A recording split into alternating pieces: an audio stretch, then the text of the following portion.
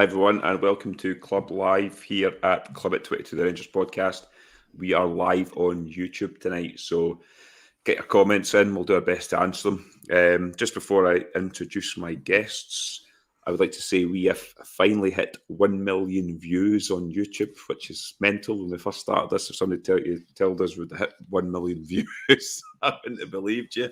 But no, brilliant. We appreciate this, the support, obviously.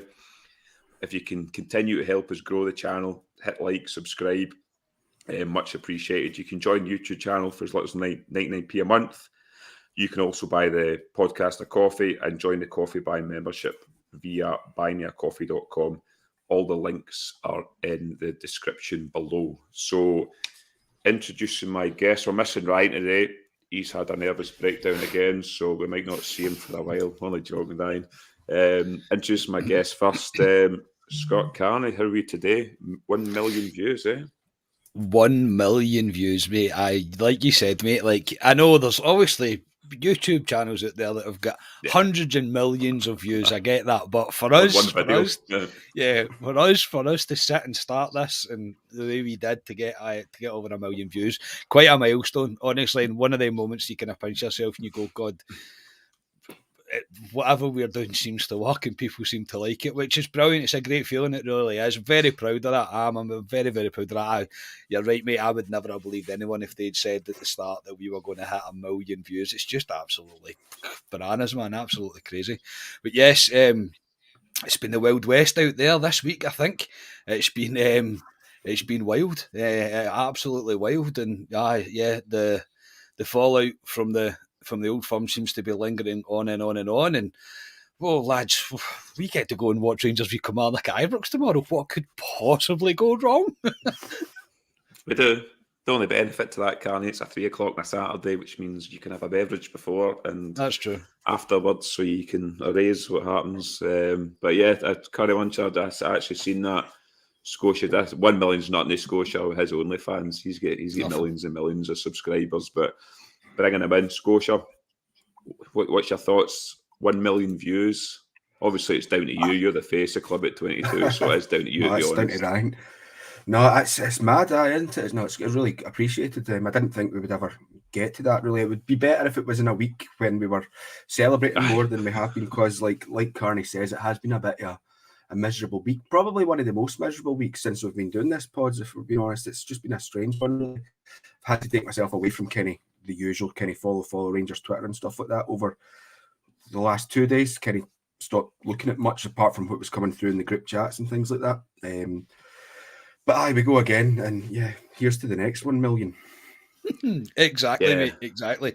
I suppose you've got as well every cloud and all that. If you want to be that about it, the week after the week we've had, I needed a right pick me up, and when I seen it happening, I was like, wow, it's absolutely bonkers. So you've got to take the positives out of it. Yeah, it's not been a great week. It's kind of lingered a wee bit this week, and it's we'll get into it anyway. But first of all, we will start with some news from the club. Scotia, I'll come to you because I think you kind of rated this guy. James Sands is left to go back to New York City. Obviously, their season's starting again. We discussed this. I think we discussed this a few weeks ago, and we kind of said he may go because the MLS is starting up again. What's your thoughts on Sands? Do you feel sorry for the boy a wee bit in terms of he never got to play in his real position? I mean, I was looking at his appearances for us over 1.5 seasons, if you want to say, or a season kind of, because he's left then. His 41 appearances he's had for us over the 2 seasons. 42, sorry, there you go, over the 2 seasons. What's your thoughts on Sands? I mean, I'll say my piece on Sands first, Scotia. I thought he was decent enough, but to me, he wasn't good for Rangers, and it's the first of many for me to go out the door. Yeah, Sands is an interesting one. I did think there was a bit of a player in there, but I think you're right. We did say, I think it was the show we done the night the transfer window was going to close. Yeah. And I kind of said that, the MLS transfer window was opening up the day after, and then the 1st of February, the 1st of February. And I was like, it wouldn't surprise me if you see him going. I think now that he's gone the week after that Old Firm defeat at the weekend there, I think people have kind of jumped in that he was getting pushed out there. I think this was one that was probably always on the cards because Beale hasn't really played him too much other than when he needed to play him when he first came in at the very start. But I do feel a wee bit unfortunate for him because when he came in at the start of last season, I think he played 15 games at the tail end of last season. And from January, 5 sub appearances off the bench in the Europa League knockout stages. 5 times he started for us in the league, 3 off the bench, and then 2 full 90s in the Scottish Cup. In all of those games, there was only 2 games that he played at centre back. The rest of the times he was playing in midfield. He was getting brought into midfield like mostly to relieve Jack in the European games. I do think that he gets thrown in at the deep end by Gio for getting put into that centre midfield for that game up at Pittodrie in his debut. I think we mentioned it on our reaction to that pod that it probably wasn't the best game to throw him into that because I think we were going through, you'll never guess this, guys, a bit of an injury crisis, or not crisis, certainly not compared to this season. We'll come to that. But I think we were a wee bit light, so he get thrown in there. And then this season, he's played an awful lot more, but it's pretty much all been in the centre of the defence that he's been playing because he's had to. I think there was a period when Davis finally got fit that he'd get pushed up into the midfield just around the October-November time. Only played about 3 or 4 games in midfield, and then I think Davis got injured again, straight back into defence, and he wasn't a central defender, certainly not one domestically. He had some decent games in centre defence, but he was playing alongside Leon King an awful lot of that, occasionally playing alongside Goldson. So, yeah, sending him back's probably the right thing because the money that they were looking for us to sign him, it was too much for what he would be as a kind of squad player. I think it would be a decent squad option, but we're not at the stage where we can afford to spend the amount of money they were looking for in that type of squad option. So I think it's the right move all round. A wee bit unfortunate it didn't work out for him, but that's a couple of Americans we've now had in the last few seasons where the same things kind of happened. It's maybe just getting up to speed with this, but I kind of seen it coming anyway. Don't know what you guys thought. Yeah, and he's like when we had Polster before, who was a utility type player. Sands kind of fits in the same bracket for me. He was an upgrade in Polster, but it's still not good enough. Carney, obviously, the fee to sign him was reportedly £3 million to sign him, but I think you're in the same boat as me in Scotia and most Rangers fans that he just, unfortunately, he just wasn't good enough for Rangers. For moving forward. First of all, Dundee Taylor, thanks very much, mate, for the $9.99. Really do appreciate that. Also, I've seen it pop up on the YouTube chat, but not the one that I look at for some reason. The Aldo McNaught as well, member for 13 months, mate. Absolutely fantastic. Thanks very much for that. So Sands, it's one of those ones that you can feel sorry for him because he was playing out of position quite a lot. Ultimately, he done his job up to a certain extent, but you can't ask a guy to fully fulfill his potential if there is any more potential there, playing in the wrong position, and that's kind of where he was. However, with the absolute clear improvement we've required in the midfield for him not really to get the chance in the midfield when the time came around, pretty much sealed his fate. There's a few managers now that I have a looked at him and they don't find him good enough or a better option than, say, John Lundstrom, for example, who's been bang out of form for the majority of this season, if not all of it. So again, I think ultimately for where the club want to go and where we want to go as fans, yes, I get the understanding that he would have been a decent squad player because he can play many positions, but for £3 million, we can't afford that on a squad player. It is pure and simple as that. It isn't viable for us to do that. So, and honestly, he's not good enough. He wasn't going to be good enough. It's just as simple as that. He'd done a job, yes, from time to time, but it's the correct decision. It is the correct decision, and I say it's what many believe and what many hope to be the start of many exiting the door. I wish it was going to be as easy as with Sands, because all we had to do was say, no, we don't want him, thanks very much, thanks for your service, James, but you're away back to the States, which I know we're going to come on to later on. So yeah, I mean, it is what it is, but ultimately it's the correct decision by the club because he wasn't good enough ultimately. Yeah, no, I feel for the boy, but if we want to move forward next season, he doesn't fit. He doesn't fit in for me. I don't even think he fits. I know you said he was potentially a squad player, Scotia, but for next season, I don't even see him as that. I don't think he's good enough. He is a utility player. He can, yeah. No, sorry for cutting across. What I was going to say is he's kind of more of a. I think he was more of a Geo type player than he is a Beale type player. And as well, what I was thinking is none of us really even considered him for that midfield at the weekend, which I think kind of tells. I think we forgot about as well from the fans. Yeah, no, I certainly did. Yeah. The last couple of weeks he's kind of faded away. That could also be because we've not actually had the chance to properly see him playing in the midfield for a sustained run in the team. So you kind of forget him was going to be in the midfield. You kind of forget. And he did say, Bill, that he was going to give him a chance in the midfield, and he didn't really. So he's away back to America. And one of his last things to do was get that winner in the Partick Thistle game. So give him credit for that. Oh, there you go. So he's present in the next round of the Scottish Cup. But so no, good luck to him. But this week also we've been linked. I'll stay with you, Carney. We've been linked with. We've mentioned this a week or so ago. Another goalkeeper. We were linked with the Norwich goalkeeper recently, and this week we've been linked with another goalkeeper in the Championship, and it's Freddie Woodman from Preston. I had a wee look at him, 6'2", 25 years of age. He's played 33 games for Preston this season.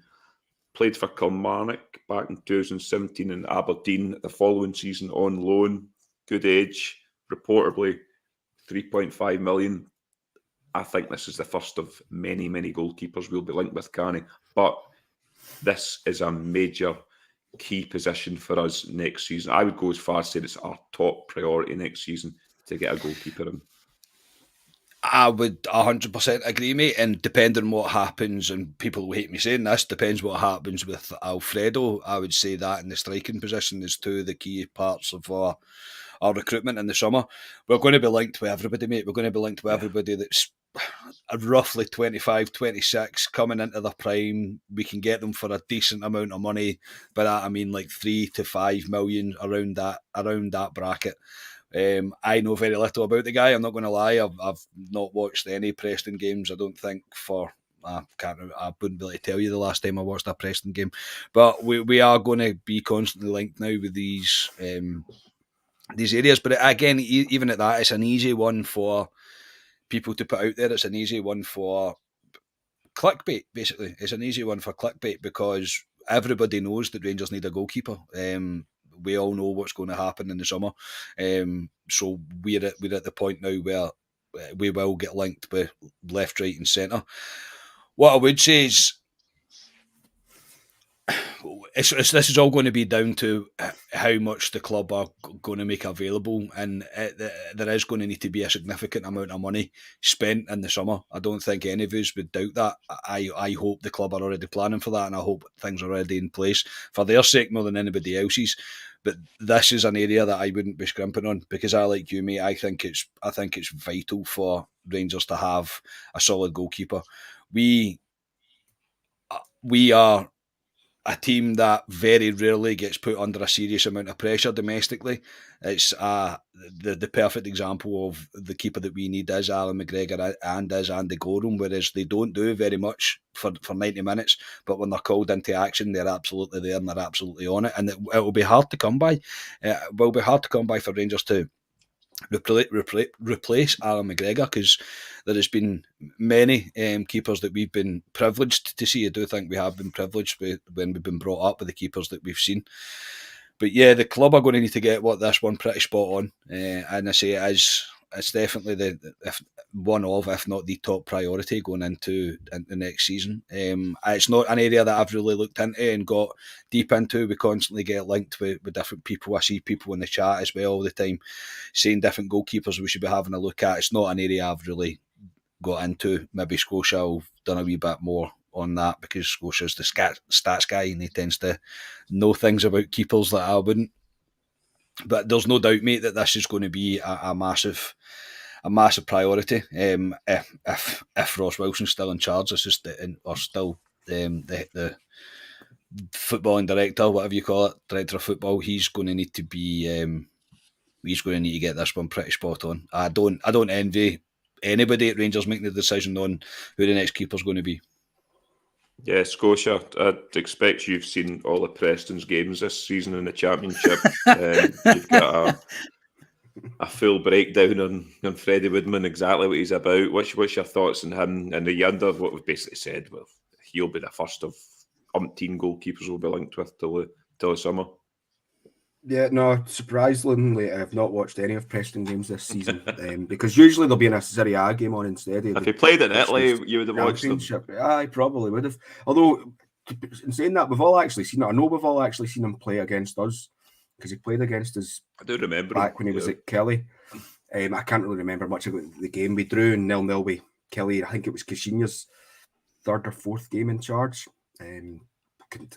So I've seen him, but I can't remember anything from that game. Not watched any Preston, so don't know what he's like. I just, like you, just looked at a few stats for him. He's conceded 38 goals in the league this season. Does that really? With keepers is a difficult one because does it really tell you anything? Because it's conceding goals is obviously the keeper concedes them, but it's got the defence and midfield in front of it that are liable to have caused that happening. I think he's had 14 clean sheets, one more than West Fodringham, who's down there in the Championship as well. So they're probably looking at a similar level to West Fodringham. I thought when West Fodringham came in, he was decent enough for us, but it wasn't where you wanted to get. And this is what Carney was getting onto, that we have been so used, certainly since I've been watching Rangers, to having really, really quality goalkeepers, barring the wee stage when Neil Alexander left, to getting West Fodringham in probably. And those are like two of the lower ranked keepers, I would say, but you've had your likes of Woods, Gorham, Kloss, and then McGregor. So this is going to be a massive signing for the board to look at, because again, McCrory, I think, still out injured or still just coming back from injury, so he's not really going to get much time this season to show us what he's all about. So goalkeeper's an absolute priority in the summer. We will be linked with everyone. Ideally, you want to get a top quality goalkeeper in, but I don't think Rangers can go into that market and get a top quality goalkeeper. Look at the prices that they would be at. So we're going to have to look down at the Championship, and we could find an absolute gem. This boy Freddie Woodman could turn into an absolute gem, but I don't know. It's really difficult to judge goalkeepers because, like Carney says, is you're watching teams that are under pressure, more shots on them. Whereas at Rangers, it's that one shot, like we've said before, that either makes you a really good keeper for us or not. So yeah, we'll be linked with hundreds between now and the end of the season, or this end of the transfer window anyway. So we'll just need to see what comes with that. Yeah, no, I mean he's played with England all the way up to the 21s. He's not played like a senior game for the England national team, but we'll see. But like I say, I think he's the first of many we'll be linked with going forward. But it's a key position for me for next season, because the goalkeeper breathes confidence to the back line, which then breathes confidence going forward with the team. So it's a big position to get right. But I'm sure we've got plenty of names to look at. But moving on, the presser was on Thursday, I think it was. It was Beale and John Lundstrom was wheeled out. I felt sorry for what player it was coming out. Thought Tav might have done it, but it was Lundstrom. He's in that kind of brigade Beale's got in terms of his key kind of players, if you want to say, that get wheeled out for things like this. But first of all, a couple of snippets that Beale said. Obviously, it's the first defeat in 17 games. He said we're not a bad team overnight. He didn't change it at half-time because he didn't want to throw certain players under the bus. Well, sorry, Michael. I don't agree with that. He said he did learn something from Sunday. Changes will happen in the summer. We need to reduce the number and increase the quality. And he did mention, Karen, I'll come to you, need to recruit 3 to 4 players, which is what Scotia's harped on about, I think, last week, that will make a massive impact. A lot of folk have kind of went, well, we need more than 3 or 4 players. I read into that, Carney, that he's saying we need 3 to 4 starters for next season in that team, excluding Cantwell and Raskin, which would take it up to 6. What was your thoughts on Beale's press conference overall and on the players that he was looking at potentially for the summertime? Yeah. never going to be an easy press conference for Michael Beale, this one, or for John Lundstrom. I think it's the first that I've seen his back go up a wee bit in terms of the questions that he was getting answered, but I would be shocked if he wasn't expecting them. He's a clever enough man to know that there was going to be some quite difficult questions for him to answer. In terms of the not throwing the players under the bus thing, I'm not having any of that at all. I don't really care who you throw under the bus at that point. We were getting beat in a cup final against Celtic and you chose not to make the change. That's not something you even need to slightly consider. The players are ultimately letting you down. And I found it he slightly contradicted himself because he's talking about, he get asked questions as well about, did you see anything during the game on Sunday that's maybe confirmed what you need to do, or has it brought to light anything new that you need to do? To that he said yes, that he's learned stuff about these players and he learns that there's going to need to be stuff done. The build continues, the rebuild of this squad is going to need to continue, and that comment, it didn't sit very well with me. I think I was the same as you, Ali, that I kind of went, I really couldn't care less what you had to do in that situation. It's not the time to have the thoughts in your mind. You had to do the right thing in order for us to get back into the game, and ultimately you didn't. I also didn't like, if we'd have took that chance, we would have made it one each. Yes, but you didn't take the chance. I hate this. I hate this. Games. Yeah, I hate that. I hate that analogy of things. It's like, if I won the Euro Millions, I wouldn't be at work. Yeah, but I haven't won the Euro Millions, so I am at work. Do you know what I mean? It's one of those, like, it's kind of hypothetical stuff that's not really relevant to how we're all feeling about things.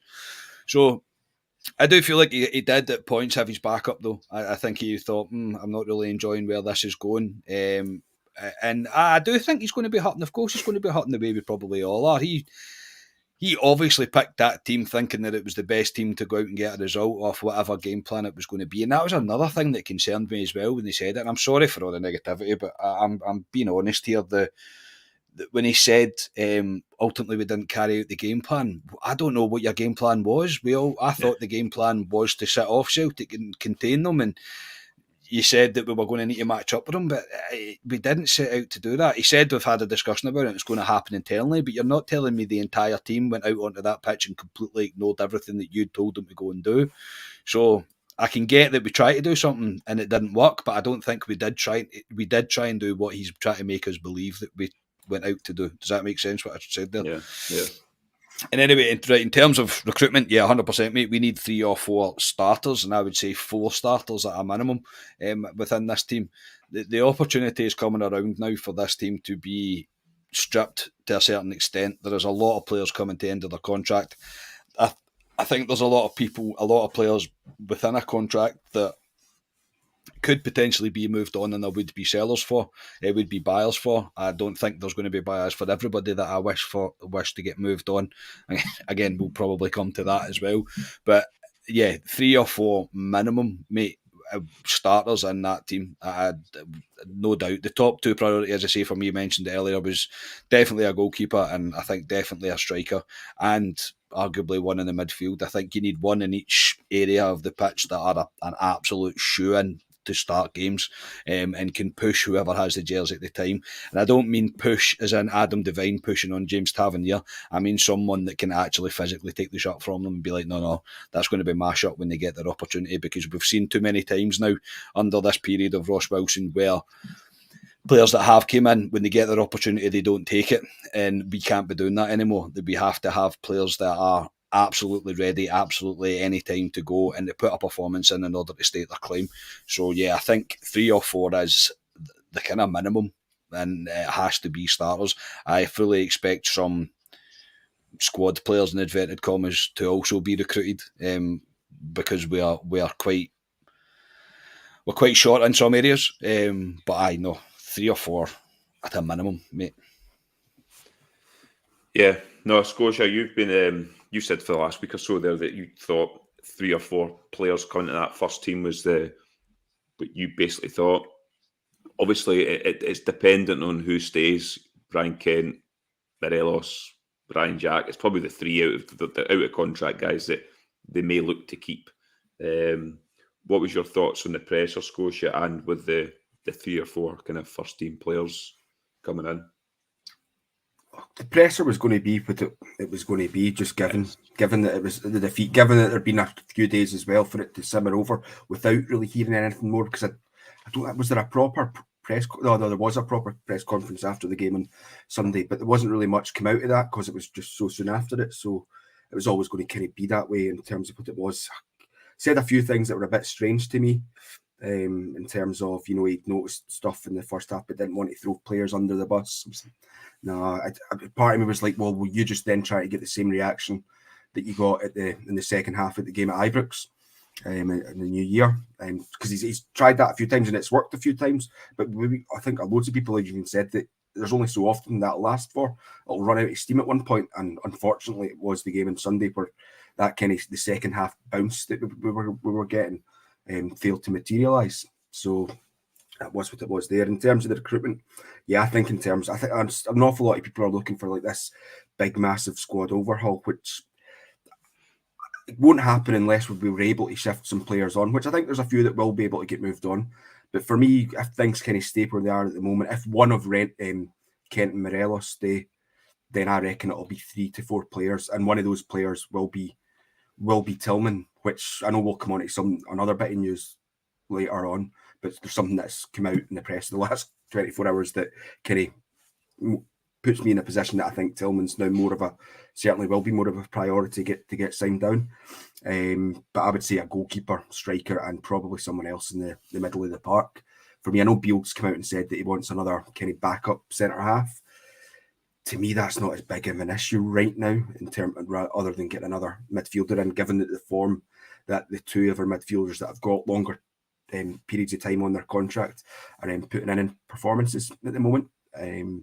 So yeah, I'd say that. But there will be, like you, I do think there'll be more coming in terms of sort of squad options or players that you want to develop on.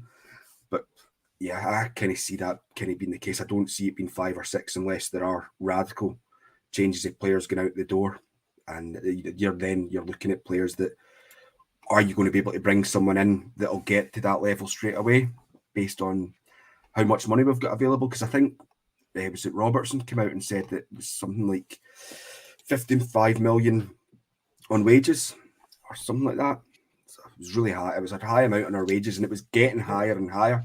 So this is one of the reasons we need to move players on, because you can't just keep on increasing their contracts. You need to kind of move them on when you can to keep your contract low. So you've also got to look into that in terms of the financial fair play stuff as well, because we were told that we were on that watch list not too long ago. So there's only so much you can do in terms of bringing in enough first team starters. So that's why I think it'll only be 3 or 4 at the moment. Anyway, yeah, no, but it's just the summer will be interesting to see what happens. But it was interesting to see certain things that he said, Beale. Bits I didn't agree with.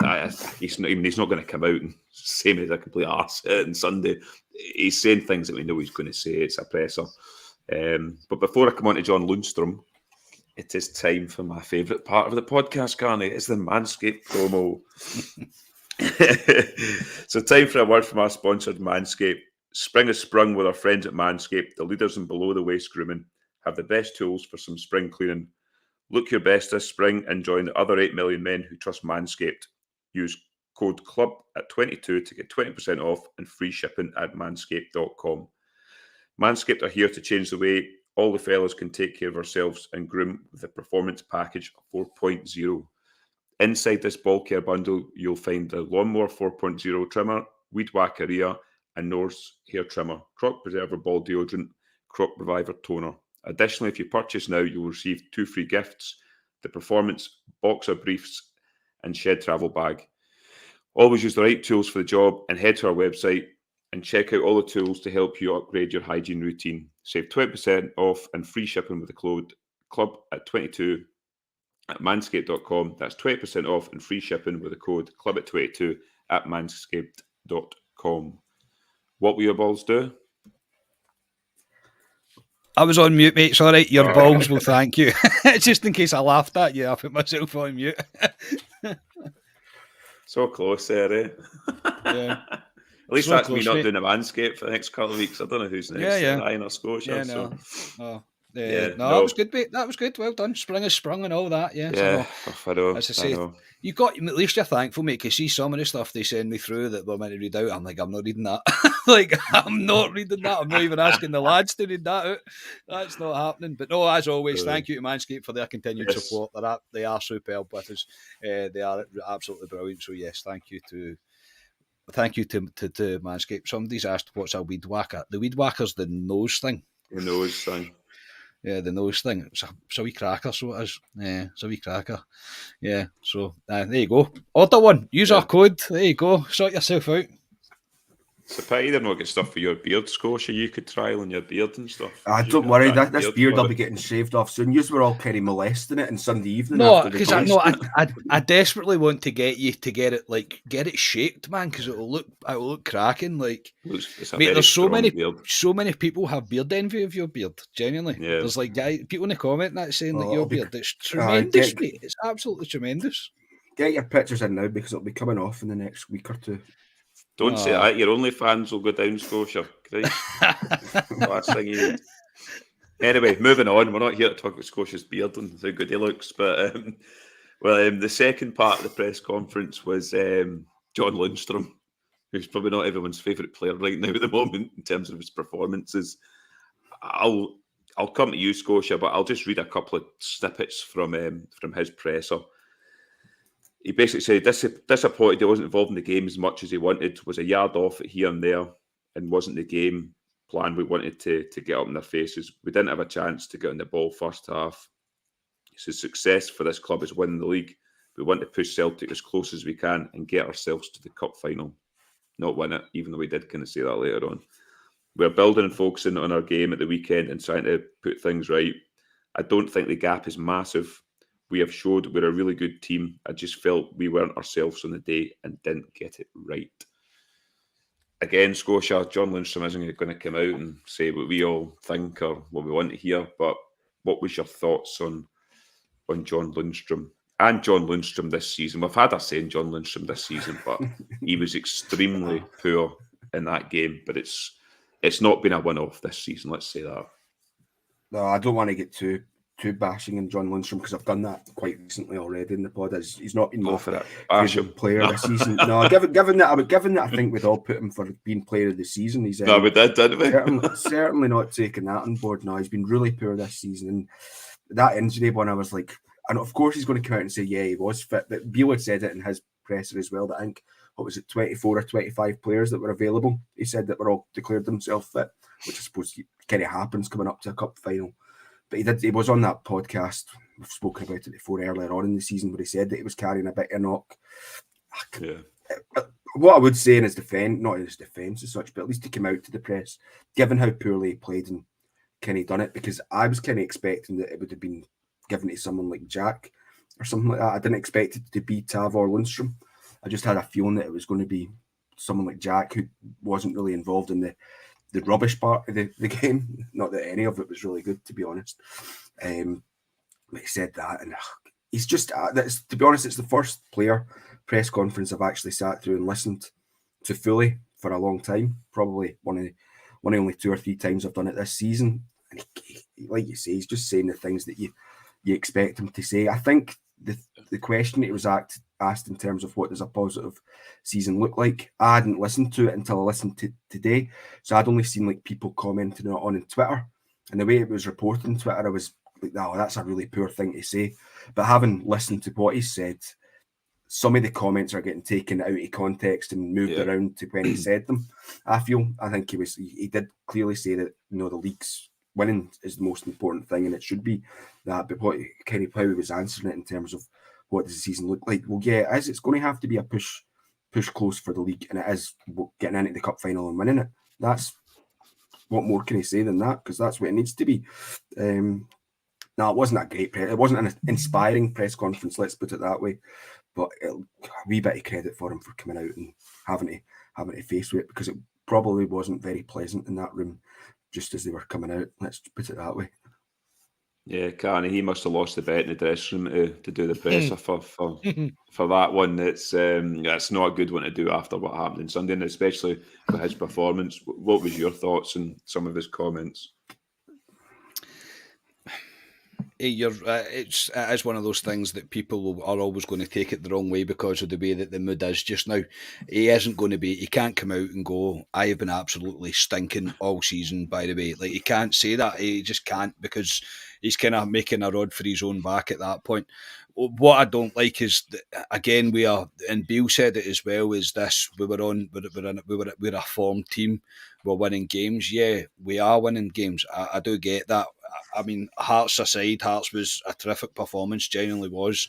Everything else has been not exactly perfect. There's been a lot of work we can clearly see still to be done. I mean, the Partick Thistle game as well, for an example as well, was one of those games where I'm going, we're not where we think we are or what we are getting led to believe where we are. It's okay winning games. It's only going to get you so far. And no disrespect to the rest of the teams in Scotland, we should be beating these teams. It's not a big surprise that we're beating these teams. This is the wage structure that these players are on, the amount of money that we invest personally as fans into the club for tickets, for merchandise, for everything like that. We should be beating these teams. That's your bread and butter. That's what we should be doing. There is no really an excuse. There's not one. And as ludicrous as this is, but we're all Rangers fans, and I know everybody that's a Rangers fan that's in the comments and listens will agree. I expect Rangers to win home and away every game that we play. So I don't like that. Oh, we're a formed team. Yeah, well, we are. I agree that there's been improvements within the squad, and improvements within the way that we're playing football. I can see a different ideas to what we were unfortunately having to witness through Van Bronckhorst. And I do genuinely believe that so many games this season, if we were still the manager was still Van Bronckhorst, we wouldn't have won those games because we didn't have that. There was nothing there because I don't think the players fully bought into, if we keep doing what Gio's telling us to do, we'll win. So the horseshoe football thing just was never going to win his football games, especially going down. As a player, as a manager, you're going to get judged on one fixture and one fixture alone domestically, and that's against Celtic. So yes, we could have won 17 games or whatever it was, 16 games before we went into that game on Sunday, but ultimately that's the game that you're going to be judged on, and we didn't win it. The players didn't show up. The manager got it wrong. He had a horrific day at the office, so the whole form, we were a form team thing, it doesn't really go with me, because I don't really agree with it. I know what I've been watching, I know what I've been seeing, and I suppose we were trying to ride the wave of the positive results, and we were winning games where we would maybe think we would drop under Gio, but again, this week has shown the reaction that there's been, that it's not that it counts for nothing, because it doesn't, but it's almost taken a complete back seat because how poor the performance was on Sunday. He won't get away with it again. It's as simple as that. If we do that again, and he's got possibly 3 old firms this season, depending if we can get to the cup final, and we're potentially going to play Celtic another 3 times, and I mean, 2 wins and a draw is probably the best that he can hope for out of that, to get positive reaction out of the Rangers fans. So yeah, I say it won't really wash me. Lundstrom himself personally, I think he looked a wee bit dejected when I watched the presser. I think he looked a wee bit down on himself, and I believe he's a professional. I do believe ultimately that he's a guy that prides himself on his performances, and I do believe a lot of players would have had a look at themselves. And I hope the conversation that they've had internally, as we were told about 4 times within the presser between Beale and Lundstrom, that they have had some serious words, because it has to happen. There has to be a change in mindset within the team. We've mentioned it, and I think we mentioned it on Tuesday night there, that we have a bunch of players in this squad that are used to losing big games. That has to change, and it has to change very, very quickly. So I did feel sorry for Lundstrom, but not that sorry for him, because he's became a very frustrating figure as we've been forced to watch him. And again, you've saying he was fit. I'm sorry. If that's a fit John Lundstrom, then he's not good enough to play for Rangers. It's as simple as that. Yeah, if it wasn't a great press. It was what I thought, to be honest. What we're going to get. We get it all the time after when we lose big games and we need to learn, etc. But will we learn? Let's find out when the next big game comes round. But Scotia, just quickly before we come on to Kilmarnock, expectations for the rest of the season in terms of Rangers. We really need to put a run together like we did going into that cup final. Obviously, we've got the Scottish Cup still to play for. That's the main priority. The league's probably just out of it is out with 9 points, let's be honest about it. Do you expect him to tinker as much with the team as he has, or do you expect some players that he knows now aren't up to it, will just fall away and sit on the bench from now going forward? Or do you think he'll continually try and play some of these players now and again to try and get a tune? It's a difficult one because some of the players that you want to come in or obviously can't because they're out injured. For instance, Yilmaz. I know Yilmaz, you might come on to him. Obviously, he's said that he's maybe got a bounce game this weekend, potentially be back in for contention in the squad next weekend. Like, I fully expect that if he does get up to fitness, I'll expect to see more of him sort of playing and starting to look ahead to next season. Also, your likes of obviously the question marks around Kent signing a contract extension, which has come out saying Beale had said in the written press part of the press conference that no contracts have been offered to those out of contract. So we still don't know what's happening there. So do you maybe see someone like Cantwell, someone like Carney's favourite person, Rabbi Matondo, do you see him maybe trying them out more just to see so that he can have a look at them with next season ahead? But then saying all that, we still need to keep on winning because although, yes, we've conceded the league personally, it's still there. All it takes is that for them to drop points in probably 3, 4, maybe 4 games, but that would require us to win all those games. So he's kind of in that position where he probably can't tinker it as much as he would like. But I would like to see certain players kind of tried in positions, and once Yilmaz gets back, Souters looks as if he's coming back for fitness, giving them minutes here and there, getting Hadji back up to full fitness. That's kind of what you want him to be doing, but without losing sight of we need to win every single game, because that's, like Carney says, that's what's needed at Rangers. You need to win every single game. Yeah, Carney, you in the same boat as Scotia there? What about, sorry? The expectations for the seasons in terms of 100%, mate. No, I know 100%. But I am now at the point of saying, I said that again. I hate repeating myself. I said it on Tuesday night that I'm at the point now where I can't defend these players anymore. I can't defend these guys that are constantly out of form. We have to move on. We really have to move on, and we have to move on quick for the sake of the club. I don't really put full criticism onto Beale for what he has, for what he has in front of him, from what he has to pick from in terms of a team. But we have to do more in terms of playing players that are going to continue to be at the club past the end of the season. If Beale knows, or he's got a fair idea of who it's going to be, and these conversations have happened behind closed doors, then we have to start playing these players. We have to start building as much as we can for the future and getting these players as ready as they can be to go into next season, ready, to have them ready. The bare minimum now for the season, mate, is simple. We have to not let the gap get any bigger. To Celtic, it has to remain the same at the very least, and we have to win the Scottish Cup. I don't think there's anything, because we can't say that Beale's not had a chance to invest. He's brought in 2 players, and he didn't play the 2 players on Sunday. I don't think he's going to make that mistake again. Put it that way, because it's an easy bat for everybody to pick up and beat him over the head with, which we all have, deservedly so as well. But we have to win that Scottish Cup. It's really as pure as simple as that. So yeah, in terms of the expectations going forward, mate, I expect Rangers to keep on winning. We have to take care of the rest of the games in the league, as well as putting on a much better performance against Celtic. And look, we've all said it before, and I think I don't want to speak for you. See, if we went out against Celtic and you could see we laid everything on the line, we couldn't have done any more than what we done, but we still lost the game. You'll accept it. You'll not be happy about it, but you'll accept it and you'll go, right, okay, at least there is something you can take a positive viewpoint on. Sunday left us with nothing. There was literally zero positive to take away from that, apart from when Raskin came on especially, he played 2 or 3 passes where I thought, we've needed that the entire game. So yeah, expectations, don't let the gap get bigger, win the Scottish Cup. Yeah. No, I completely agree. I mean, I've got nothing else more to add from what you two guys say. I completely agree. I think most folk agree, to be honest.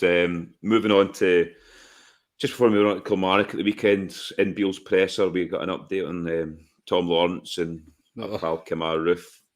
Tom Lawrence is now, he was doing isolated training before and has had a setback, needs an operation, and is out for the rest of the season and won't be back till the beginning of next season. Probably won't be back for the start of the season. And Kamar Roof, again, out for the end. It looks like he's out for the rest of the season too. He's came back twice this season, played something like 15 minutes each game, scored in each game, and been injured. Scotia, we have no luck at the moment, and you can throw Yilmaz in, I'll come on to him, but Tom Lawrence, I raved about Tom Lawrence before he came to Rangers. I thought he'd be what a player I thought he'd be for Rangers. He looked a player, then he got injured, and that's him out to next season. And Kamar Roof, we've had our saying Kamar Roof, but what do we do moving forward with him? Right, you say bad luck.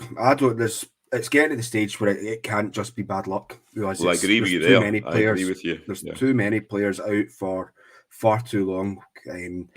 Who was it? So I remember we were doing a pod a few weeks ago, maybe a month or two back. Someone had mentioned that Yilmaz had like a grade 1 or a grade 3 hamstring tear, whatever that means. I have no idea. Have no idea what it means now. We'll need to wait and see, because Beale has said that on Yilmaz that he looks as if he'll maybe play a bounce game this weekend and potentially back in contention. We'll need to wait and see if that comes to fruition, because we've been there too many times as well. But they're just coming just round the corner, and then there's the breakdown. So Lawrence has had this breakdown, which is really unfortunate for the lad, and not unfortunate for us as well, because, like you say, he was becoming quite an integral player in terms of, making stuff happen in that area of the pitch.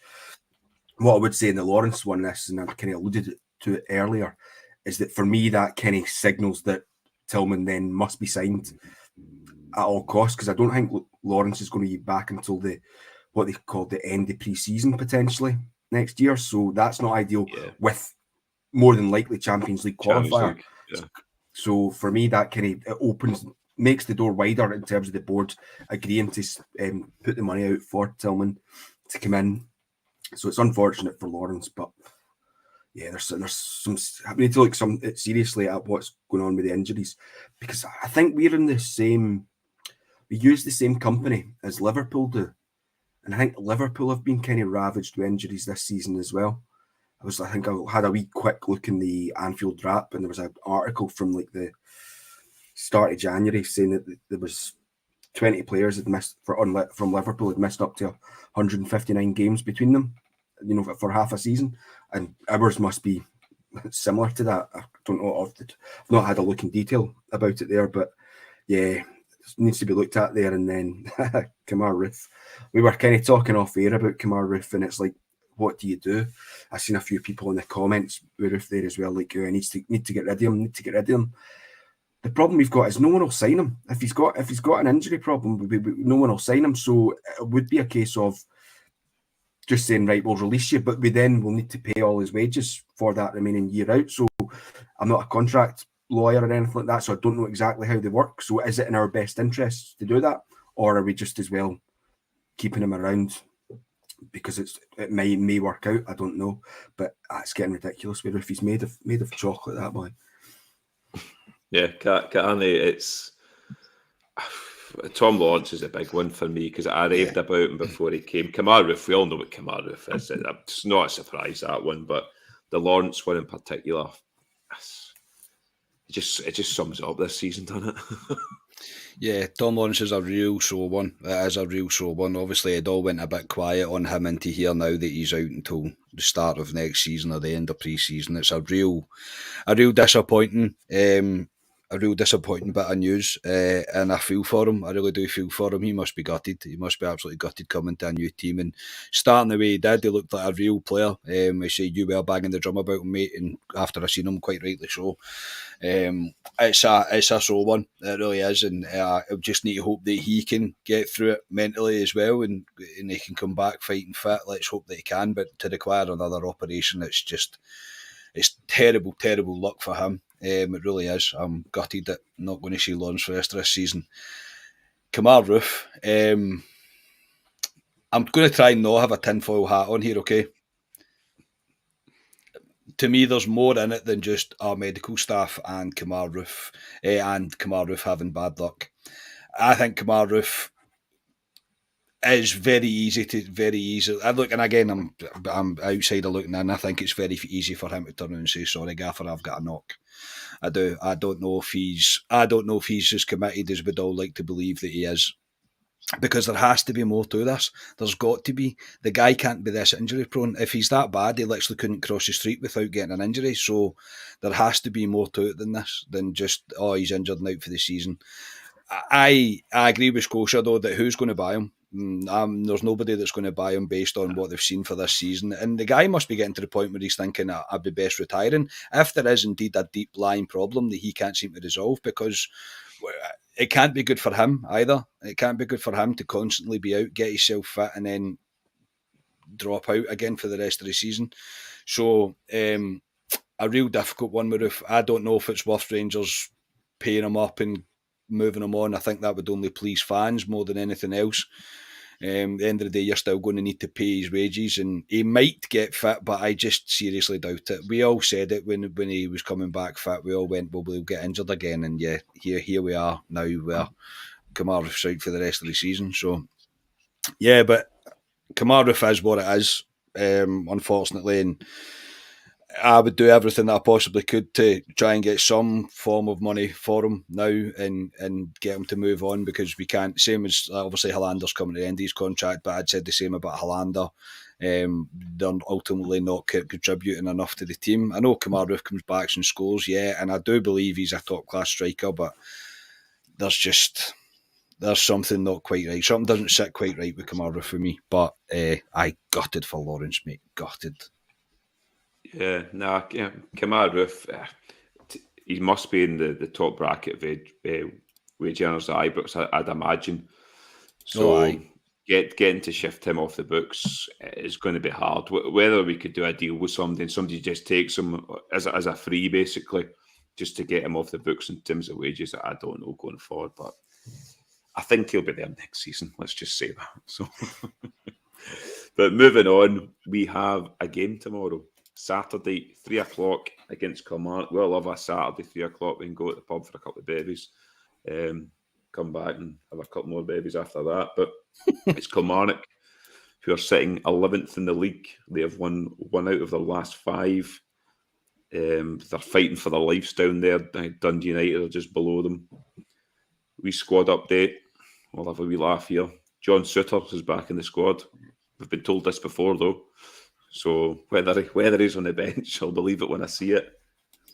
Ryan's Turkish Delight, Yilmaz, as Scotia said earlier on, needs a bounce match next week. But he did say he'll be contention for the Wraith Rovers game next week. So that'll be good to see him back. And Carney, your favourite man, the best Welshman we all know, Rabi Matondo, apparently is back as well. So he may feature in one of these games. I would probably say he might feature Wraith Rovers going forward. So Scotia tomorrow, 3:00 on a Saturday. What's your expectations for tomorrow against Kilmarnock? Are you thinking we're going to finally get that performance from Rangers? I'll make the jokes, mate. I'll make the jokes. The one at Ibrox. No, this one could be this is going to be interesting. I usually look really forward to 3:00 games on a Saturday. Still looking slightly forward to it, but you're playing a Derek McInnes team at Ibrox, and you know exactly what he'll do. Trying to get the crowd frustrated. Yeah, try to get the crowd frustrated within the first 10, 15 minutes, and we're ripe for getting frustrated. There's no other way about it. If things don't go well, one pass goes astray within the first 5 minutes, you'll hear it. I've got that feeling about the game. I mean, the last time we played Killie, it was the end of January. They down at Rugby Park, they started that game on fire. That first 15 minutes, they were all over us. Could have been a couple of goals up, yeah. Yeah, that boy Arms, was that Danny Armstrong, before he gets sent off, was having a really good game in that first half. Arfield started and had a terrible, terrible game in that first half. So hopefully it's not a game like that. But we're at home, it should be better. But you kind of know what Killie are going to do. Something that I noticed as well is that he's been playing Lewis Mayo an awful lot when he's available to play. Obviously, he can't play against us, so it kind of disrupts their defence. So that's something that I would want us to, because their defence is getting a wee bit disrupted, to kind of look at that and target that. So, yeah, slightly looking forward to it. But like I say, I think it's one of these games where if things don't go well within the first 10, 15 minutes, it could be a frustrating afternoon at Ibrox. Yeah, no, I agree with you, Scott. Just after Sunday as well, and folk don't have patience at Ibrox, including ourselves. Carney, tomorrow, 3:00 Saturday. Do you think we'll get the performance? I know you had a wee laugh there, but do you think we'll finally get a performance on a Saturday? I don't know how to say this. No, I don't. I think tomorrow will just be a win. I really do. I see it being another, not frustrating game, but just I feel it being quite flat, and I think the crowd will be quite flat, and rightly so. I mean, we're well within our rights to feel very flat about this. Usually you've got a right buzz about Saturday, 3:00. The weather looks like it's going to be no bad tomorrow. Maybe a wee bit cold, but that's it. And it's usually one of the games you're right up for. And the amount of people I've seen, like, there's a ticket free, and for 3:00 on a Saturday is crazy. You don't usually see it, you really don't.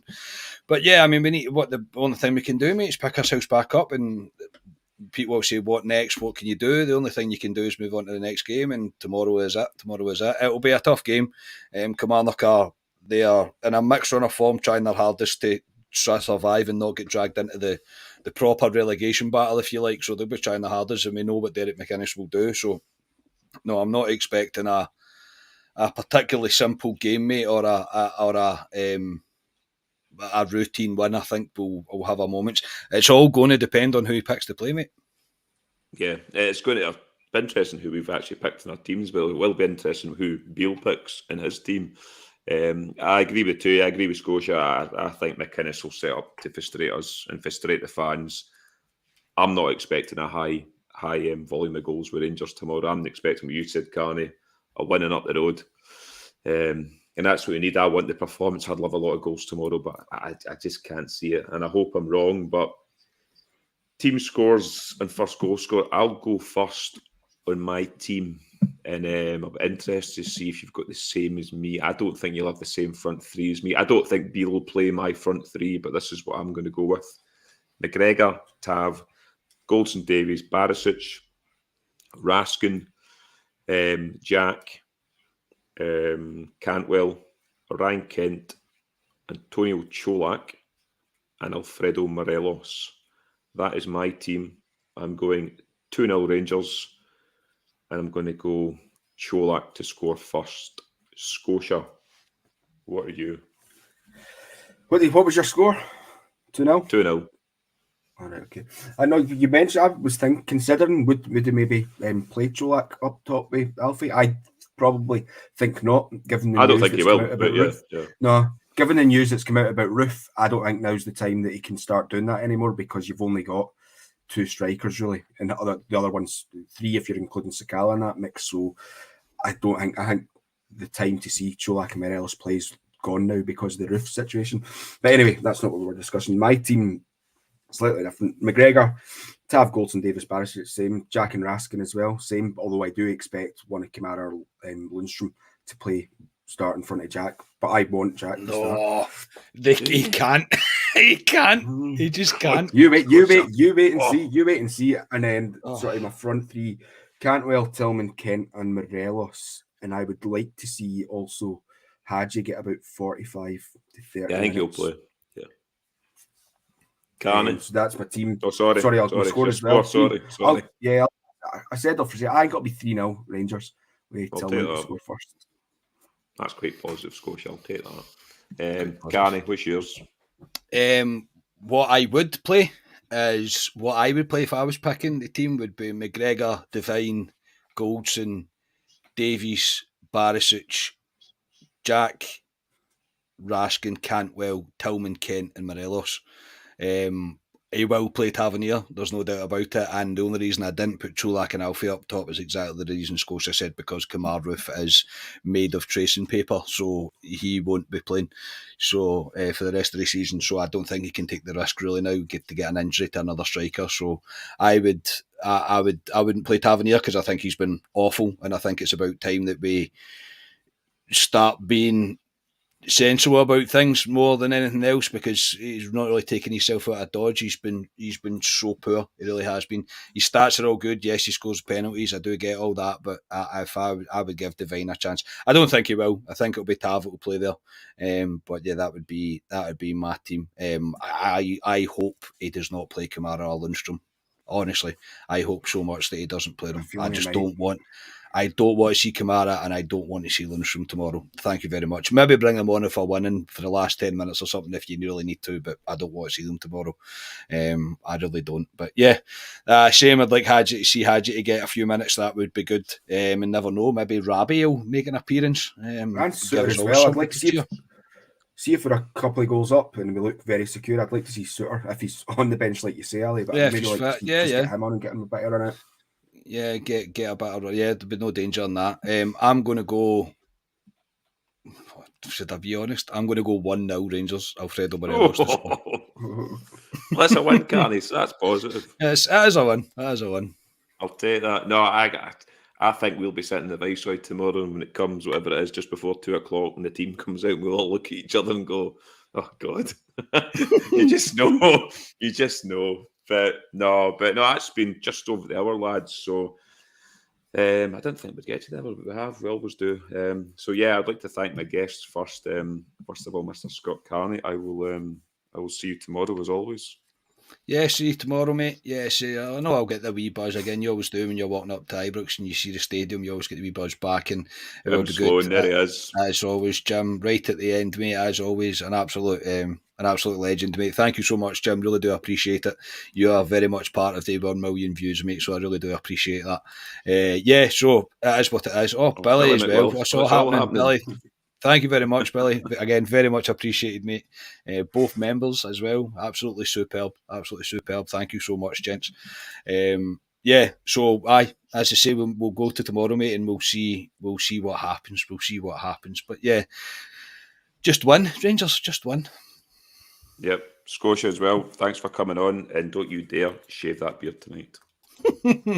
I hadn't. Cheers, Ali. I hadn't even considered shaving it tonight, but now that you've said that, you've just put a thought in my mind. So we'll see. Everyone will see me on the post-match tomorrow, with or without a beard. But no, cheers, guys. That was more enjoyable than I expected it to be. Let's put it that way, given the week Rangers have had. Yeah, no, it's I'm looking forward. I always enjoy Saturday 3:00 that I've said. So I'm going to watch Rangers. We need to get back on it. But no, thanks to my guests.